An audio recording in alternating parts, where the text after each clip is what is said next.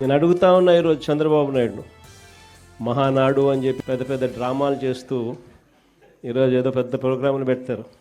నేను అడుగుతా ఉన్నా, మీ వేదికపై నుంచి నీకు చెప్పే ధైర్యం ఉందా?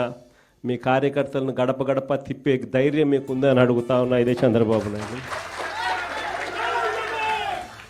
కారణం, తెలుగుదేశం పార్టీకి సంబంధించిన ఏ కార్యకర్త అయినా కూడా గడప గడప ప్రోగ్రాం చేస్తూ ఏ ఇంటికి వాళ్ళు వెళ్ళినా కూడా ఆ ప్రతి ఇంట్లోనూ కూడా చంద్రబాబు నాయుడు గారు ఎన్నికలప్పుడు ఇచ్చిన మేనిఫెస్టో ఆ ప్రతి ఇంట్లో వాళ్ళ దగ్గర కాపీ ఉంది. ఆ ఎన్నికల మేనిఫెస్టో వాళ్ళ ఇంట్లో కాపీ ఉంది. ఎన్నికలప్పుడు వీళ్ళు పబ్లిసిటీ ఇస్తూ వీళ్ళు మర్చిపోతారేమో అని చెప్పి 1కి 2 సార్లు 3 సార్లు 4 సార్లు కార్యకర్తలందరినీ కూడా తిప్పుతూ ప్రతి ఇంటికి వెళ్ళి వీళ్ళు చెప్పిన మాటలు ప్రతి ఇంట్లోనూ కూడా ప్రజలకు గుర్తుంది.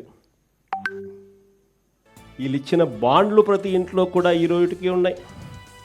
ఒకవైపున చంద్రబాబు ప్రభుత్వం ఇచ్చిన ఏ హామీని నెరవేర్చకుండా సూపర్ 6లు సూపర్ 7లు గాలి కుదిలేసి 143 హామీలను పూర్తిగా పక్కకు వదిలేసి, ముందు చెప్పినట్టుగా చిన్న చిన్న హామీలు, ఏది బస్సు, ఇది పెద్ద హామీ కూడా కాదు, చిన్న చిన్న హామీలు.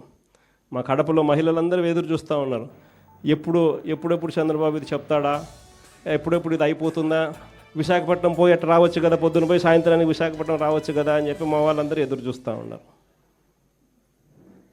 ఇటువంటి చిన్న హామీలు కూడా పట్టించుకునే పరిస్థితులు.